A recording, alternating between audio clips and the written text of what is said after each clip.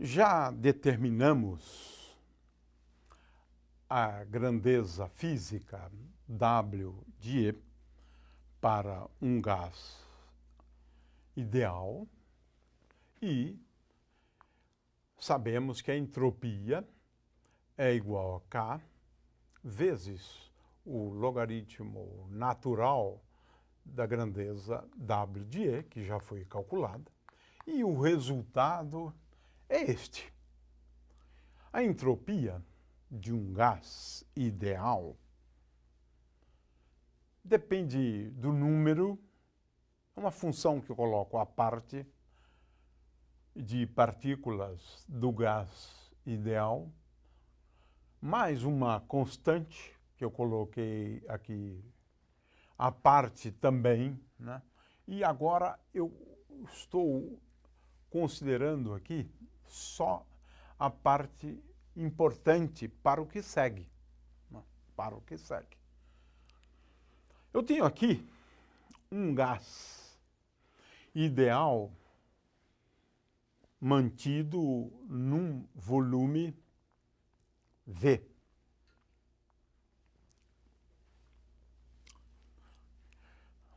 Ora,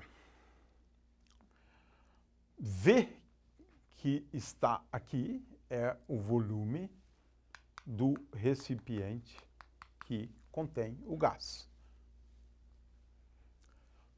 Estamos prontos agora para gente determinar a temperatura do gás. Ora, como é que eu determino a temperatura do gás? dS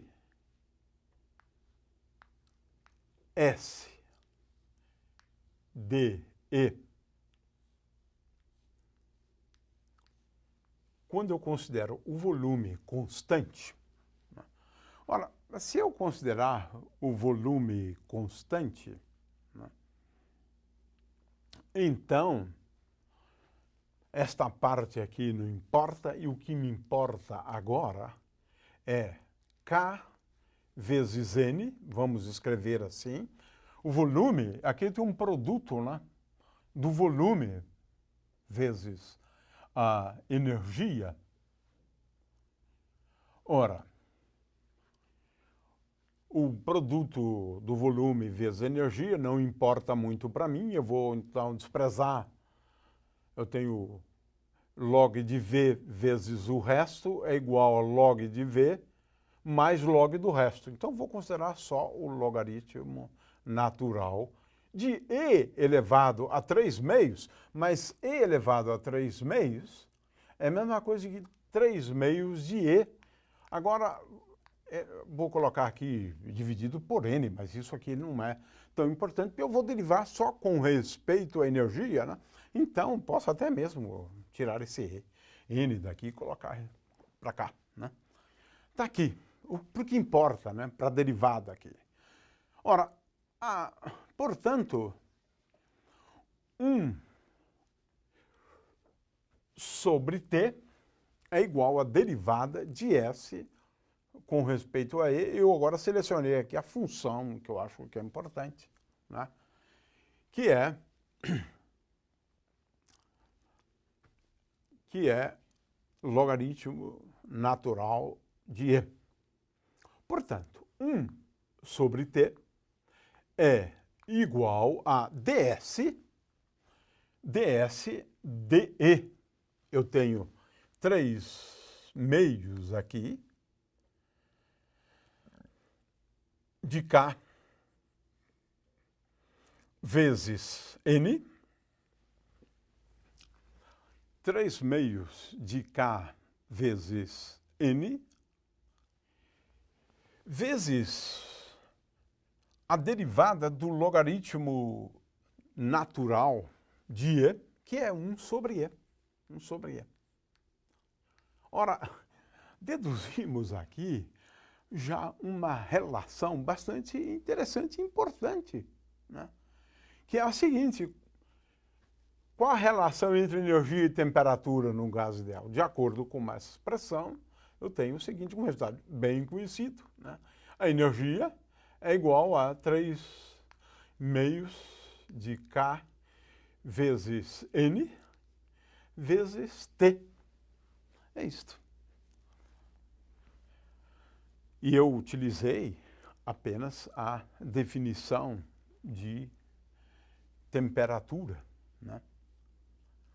Vamos a uma outra relação que a gente deduziu antes, né? É que a pressão dividido pela temperatura é igual a ds dV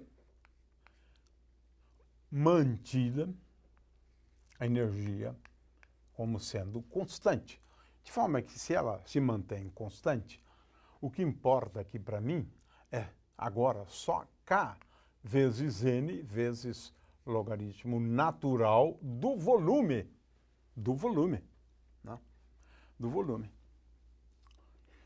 Então, veja, eu havia deduzido esta expressão antes, eu concluo, portanto, que P sobre T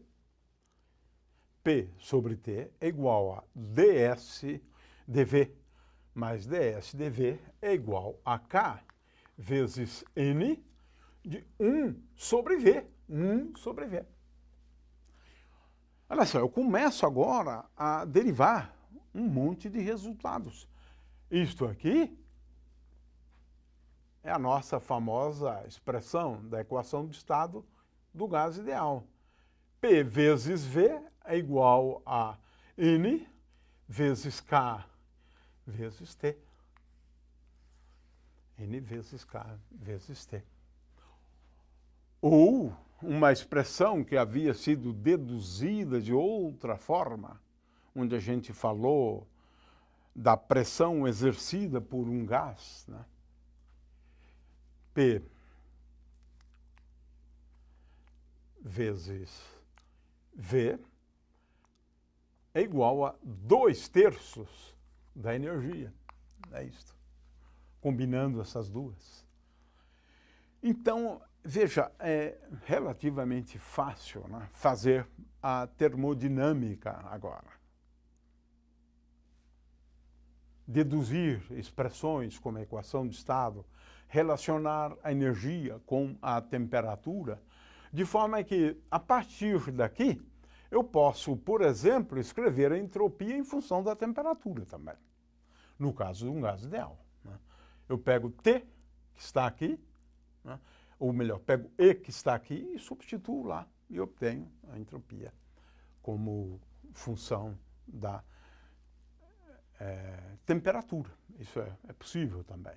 Enfim, eu acabo de demonstrar como é prático, uma vez determinada a entropia, determinar a temperatura, né?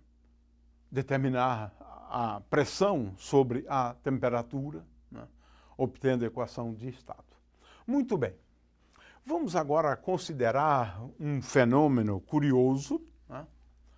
E que se chama expansão livre de um gás. Eu vou considerar um gás ideal, porque é fácil fazer previsões para um gás ideal, né? Qual a ideia? O gás está confinado, vamos agora chamar esse volume inicial de V1, né?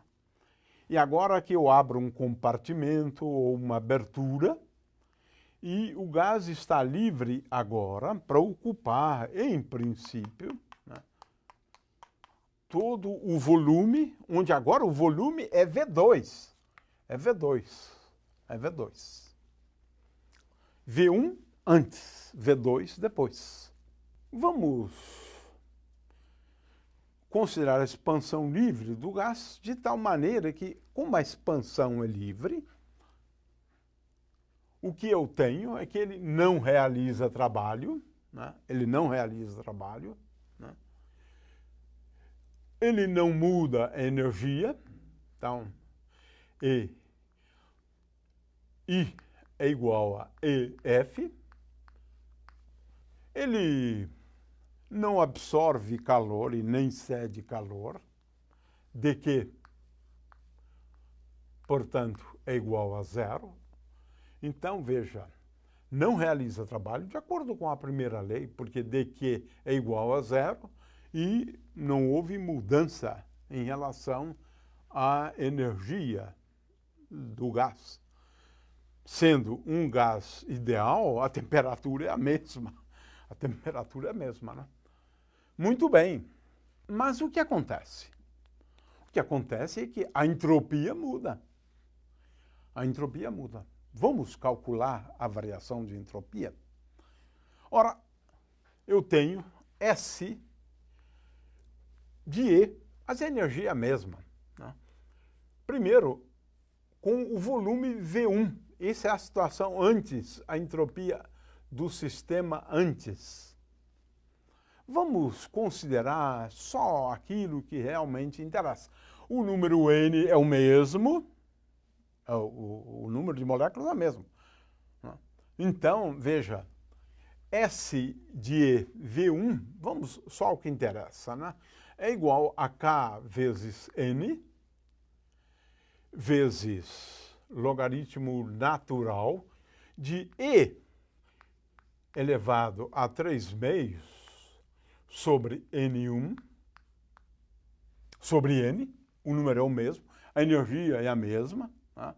Então, por conta disso, não vai haver variação de entropia. Eu separei aqui a parte que permanece a mesma, né? Mais, então vamos lá, mais K vezes N vezes logaritmo natural de V. Então, V1. Antes, a entropia era dada por essa expressão. E depois? Bom, como a energia é a mesma, S de E, V2, é igual a K vezes N, vezes logaritmo. Tem aquelas constantes que eu não copiei lá, peguei só aquilo que interessa, tá certo? K vezes N vezes logaritmo natural de E elevado a 3/2, dividido por N,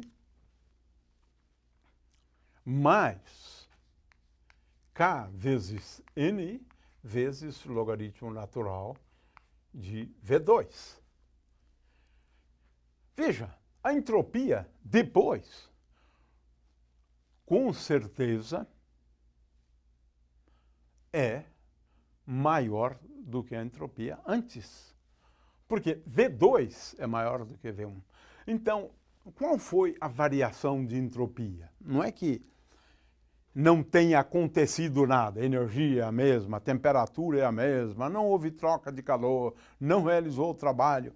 E o que aconteceu no caso da expansão livre de um gás?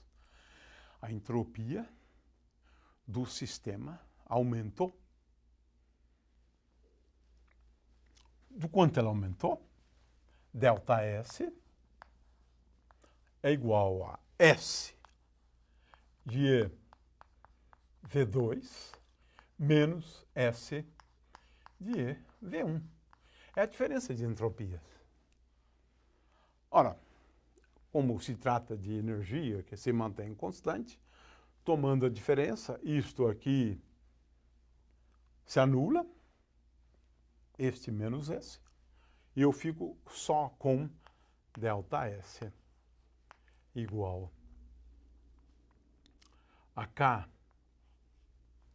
vezes N vezes o logaritmo natural de V2 sobre V1. Houve uma variação, portanto, de entropia, e essa variação de entropia é dada por essa expressão. Ora, é claro que a gente vê, né, que ΔS é maior do que zero. Claro, porque V2 é maior do que V1. Logo, esse número aqui é positivo, né? Ou seja, na expansão livre de um gás, nós temos um aumento da entropia. Esse aumento da entropia está relacionada ou pode ser determinada, no caso de um gás ideal, pela relação entre o volume final e o volume inicial. O log disso vezes K vezes N me dá a variação de entropia.